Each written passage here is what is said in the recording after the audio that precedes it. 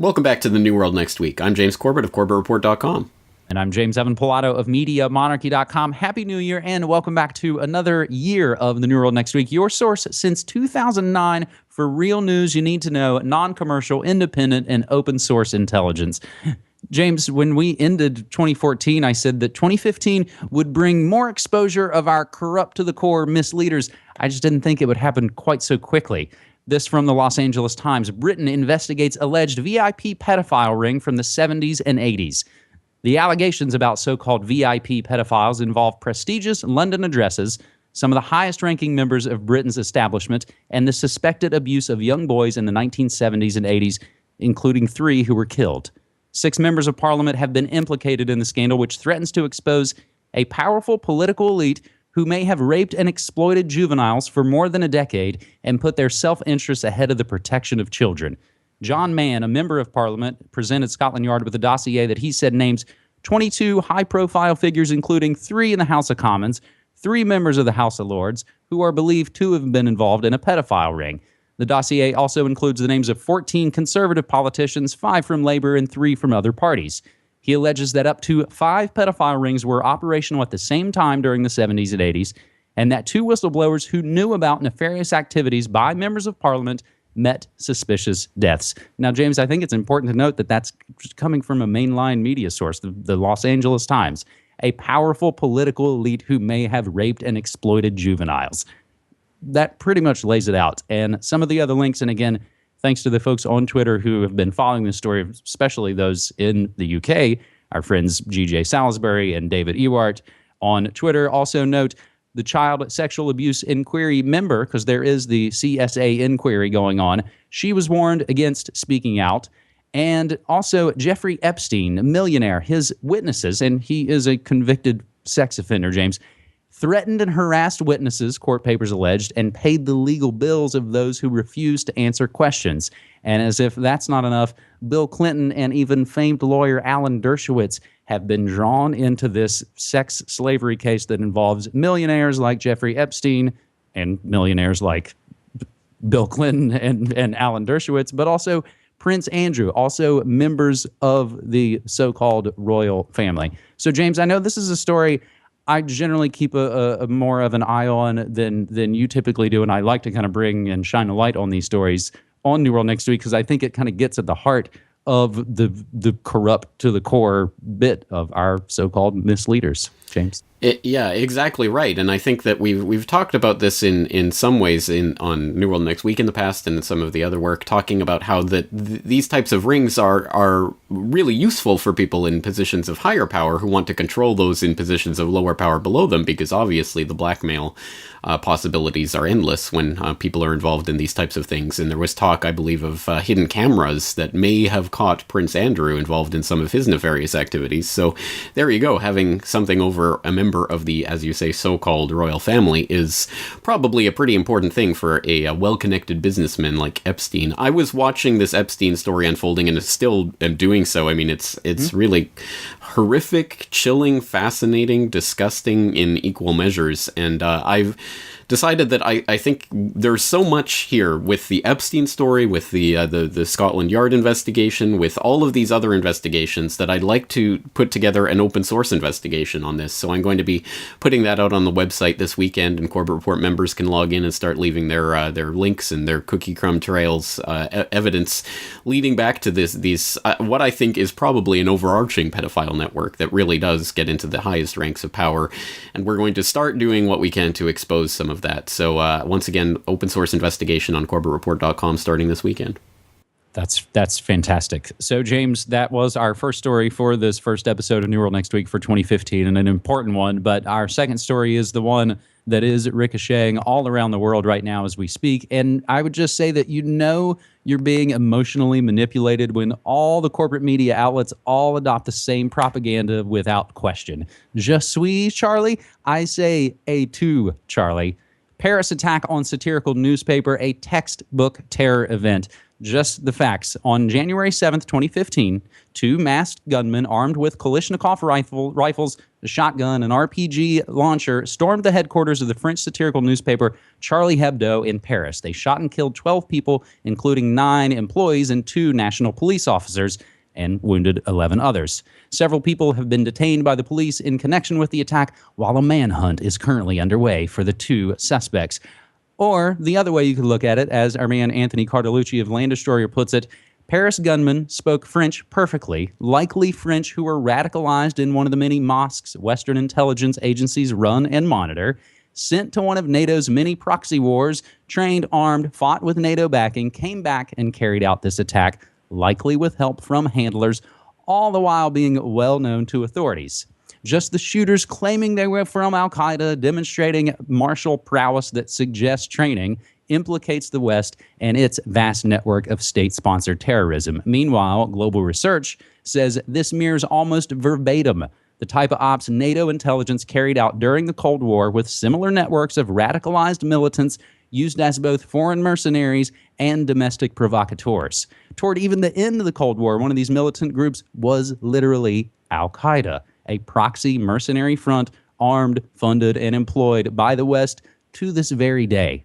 So additionally, in all likelihood, the brothers who took part in the attack in Paris may have been fighting in Syria with weapons provided to them by the French government itself. France 24 would report that President Francois Hollande said that France had delivered weapons to rebels battling the Syrian regime of Bashar al-Assad a few months ago. So deflecting blame for the current attack on radical Islam is but a canard obscuring the truth that these terrorists were created intentionally by the West to fight the West's enemies abroad and to intimidate and terrorize their populations at home. James, this can go on, but the main question, I think, is who benefits? And our man Pepe Escobar has a piece on Russia Today that says this was a pro-job that just happened to take place a couple of days after France recognized Palestinian statehood, and a few days after Hollande demanded the lifting of sanctions against the Russian threat. So I think, James, just like the Sony hack, where international terrorists pull off a massive attack only to, whoops, I left behind my language data, they're alleging that these guys have been identified because they left their ID card behind in the getaway car, just like the passports that they've shucky darns, dropped on 9/11. So as this is still a developing story, James, I'm imagining there's going to be some Friday night showdown as the masses all tune into the TV and cheer on more murder, a la the Boston bombing miniseries, which again is sort of still kind of playing out here in America as they're going into selecting of the jurors in the Boston bombing case. James, what's your initial take on the Paris attack? Well, as you say, this is a developing story, so anything we have to say about what cookie crumbs have been left out for us at this point will obviously be yesterday's news by the time people are watching this anyway. So, and look, I get it. This is the biggest story in the world. Every single mainstream news outlet in the world, every pseudo-alternative, every alternative, all of the media outlets are fixating on this. And of course, in the mainstream narrative, you're going to get the clash of civilizations kind of paradigm. Oh, you got to be scared of those masked Muslim men, or the pseudo alternatives will talk about this as blowback or something of that nature, and the alternatives will be scrutinizing every frame of every video, looking for the evidence of the Gladio B false flag involved here. But let me offer a truly alternative take here, which is to say that all sides of this are fixating on this story and playing into the agenda of the terrorists. Whether the terrorists are masked Muslim men or masked NATO Gladio B operatives, the agenda here is to flame the tensions in the strategy of tension, to get us all to fixate on this story, to follow it endlessly, to scrutinize all the details that they're feeding out to us. And honestly, the only way that we can escape the trap that they've laid out for us with this and all of these other stories that fling up through the news cycle, the Sydney sieges and all of these things, the only way we can escape that is to stop fixating on it. Stop giving in to what Karl Rove called the masters of the universe mentality, or whatever he said, where we create reality, and while you're trying to figure out what we've done, we'll just go and do something else, and you'll try to figure that out. Let's stop following them. I wasn't joking when I said in my New Year's resolution, I want to set the news agenda rather than follow it, and I think this is a prime example. I don't want to get caught up in this endless scrutiny of all of these little details, trying to parse it all out. Look, we all know it's all staged to the, high heaven, and there's it stinks in a million different ways. I don't care about those details when it comes to this case.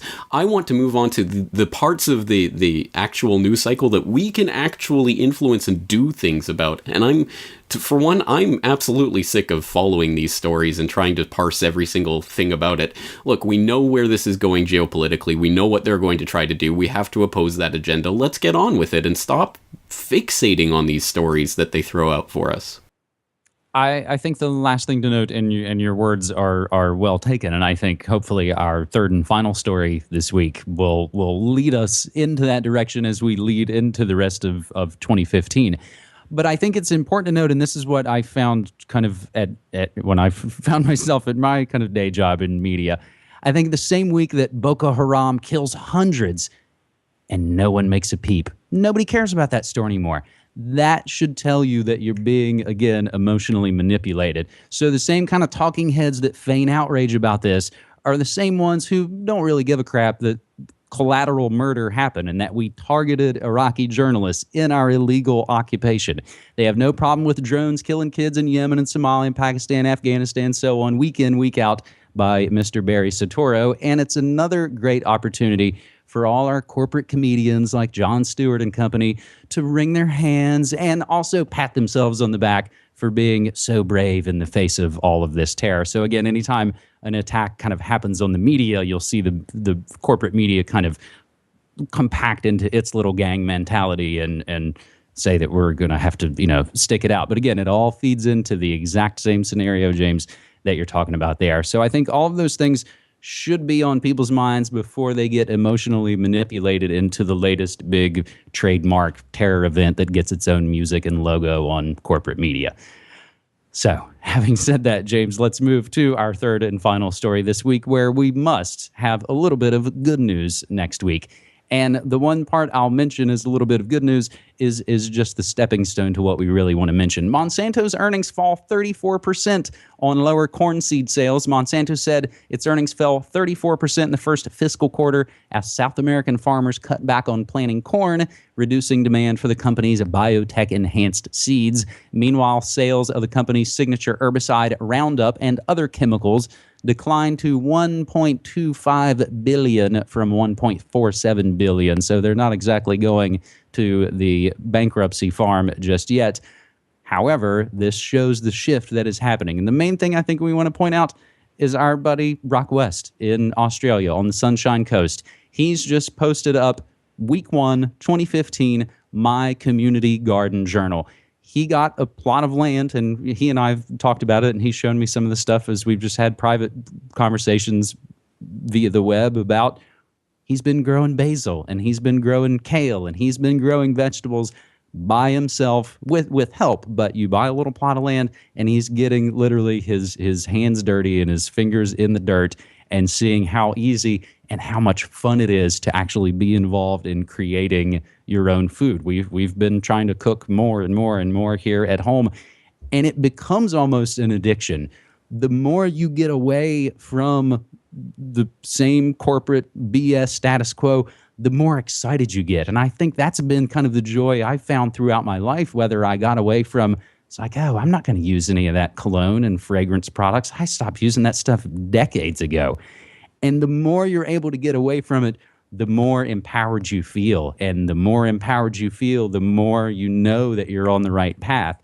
And you're not spending all your days analyzing the false flag scenarios that have been probably left there by folks who have infiltrated the web, just as we've noted many, many times here, to seed the web with vicious divide and conquer propaganda so that folks who kind of began in the 9/11 truther movement are still going down crazy, endless rabbit holes and never emerging out the other end. And I think that's the kind of work that you and I and folks like Richard Grove at Tragedy and Hope, we want to kind of learn our way forward and get out of the fear trap of all of this. So huge hat tip, huge applause to our man Brock West for starting his own little community garden plot. And that's something that I'm sure, as the food revolution has pretty much fully flown, a lot of folks are going to be able to do this in towns that they live in. James.